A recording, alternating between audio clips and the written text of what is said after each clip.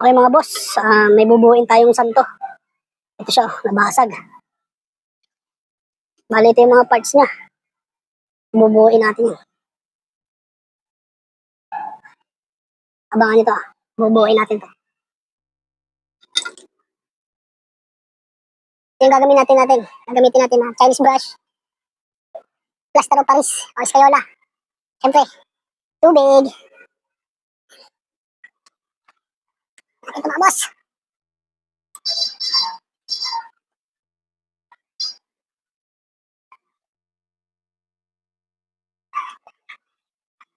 Nakita natin yung isang part na ano na natin yung plaster of Paris sa tubig. Ayan, ganyan lang. Ito magiging itsura nyo. Ito, plaster of Paris yan. Anto tumigas. Grabe. May pa yung semento. Kaya nga paglumro.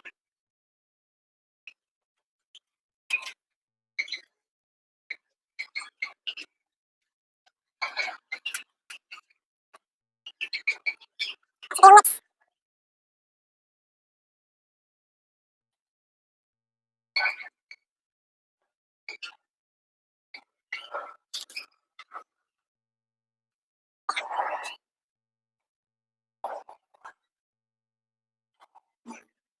Yung ganitong proseso medyo matagal lang. Siyempre kailangan patutuyin mo pa yung plaster of Paris.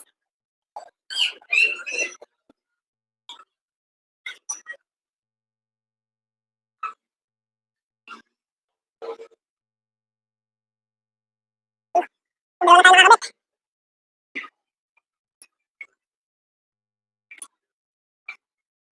Yung malaki, sa likod, dito.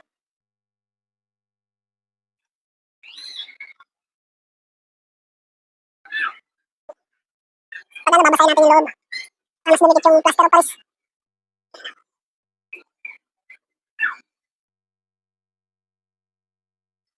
Bukod sa loob, nilalagyan din natin yung labas.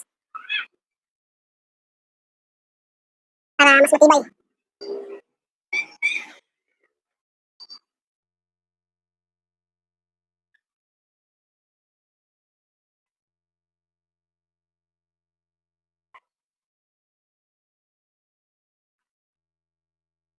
Yun na, yun yung loob niya.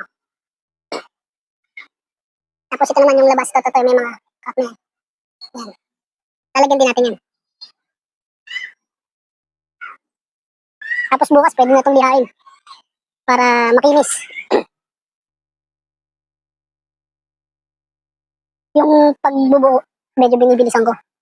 Pero sa the usual na pag nagbubuo kami ng ganito, matagal. Okay, mahaba yung video. Baka mainip kayo.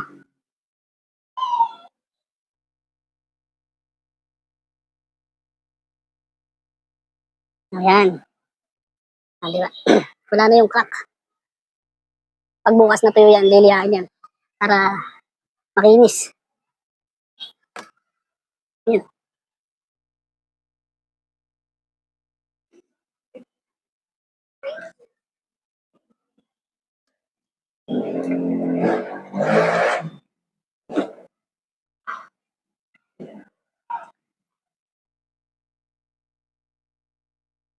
Ako rin kasi nakabasag dito.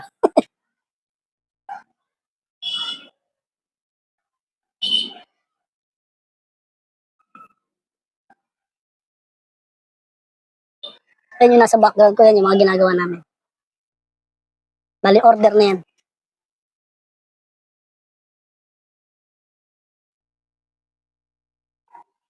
Yung mga order na yan, lalagyan pa namin ng design. Lalagyan pa namin ng yung powder gold na may halong lacquer flow. Bali, ito yung binubuo ko. Ito yung binubuo ko. Pag may pintura na siya, yan, ganito na siya. Our Lady of Immaculate Conception. Ito, butas yung ilalim.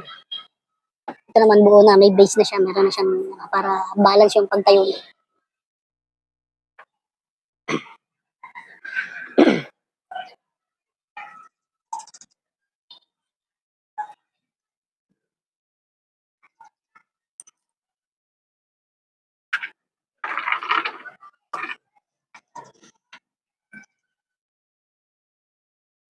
Mahirap, mahirap. Ito pala, meron pa dito. Nasa baba.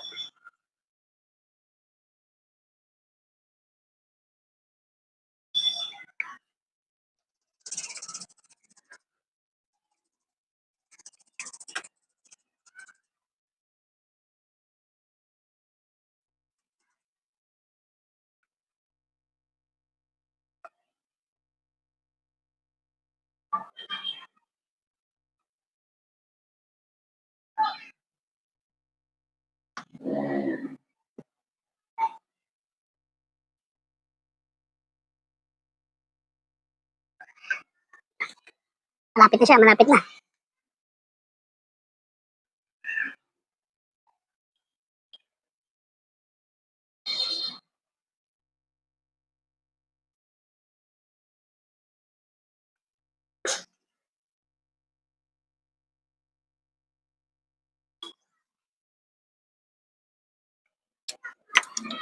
Ayan.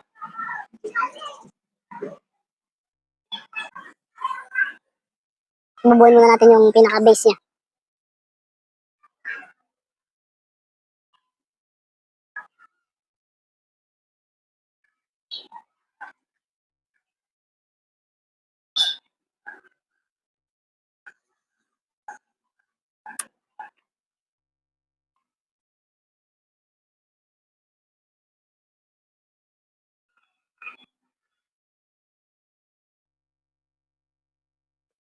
Ooh. Matrabaho, matrabaho.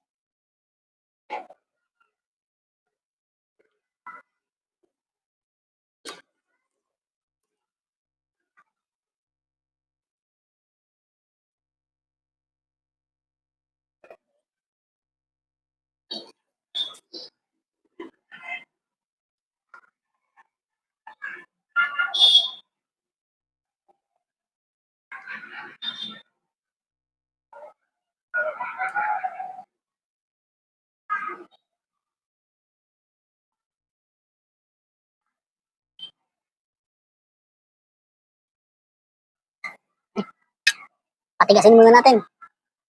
Ito na yung base.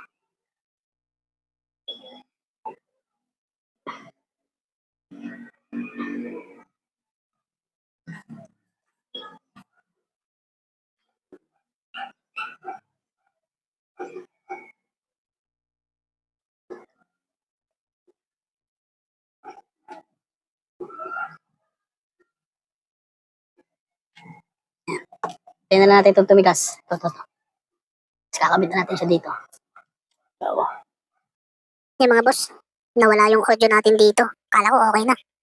Pero ito yung ginagawa natin dyan. Nabuo ko na yung base niyan. Kaya lang lalagyan ulit natin ng Escayola para mas maging matibay pa. Matagal na proseso to mga boss, pero kailangan natin mabuo to. Yan yung pinapahiran ko na rin ng Escayola yan. Yung mga merong crack. Nahati kasi sa tatlo. Yan, ulit-ulit lang. Tapos yun, pag okay na yung base natin, isasalpak na natin yung pinakasanto sa base. Pero kailangan matibay na. Okay mga boss, ano na natin ang voice over. Yung audio kahapon, wala pala. Awit.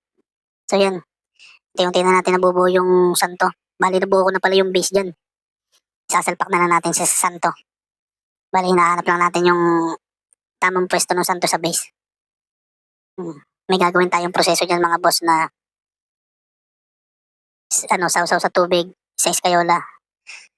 Tapos sa tubig ulit sa Escayola, paulit-ulit lang yung proseso mga boss hanggang sa makuha natin yung tamang Escayola na pwede nating ipandikit dun sa base. Yan, isinalpa ko na yung santo sa base para tumayo na siya at mabuo na natin.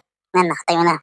Paano yung gagawin natin dyan mga boss? Yung mga sobrang Escayola, papahira natin ng Chinese brush na may tubig para pumantay yung mga pinantapal natin sa santo.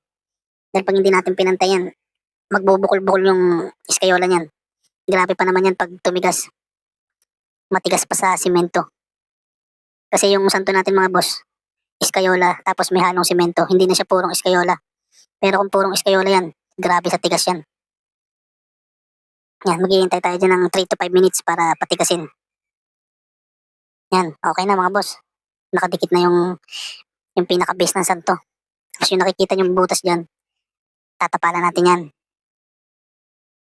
Pero may gagawin tayo dyang life hack o cheat code.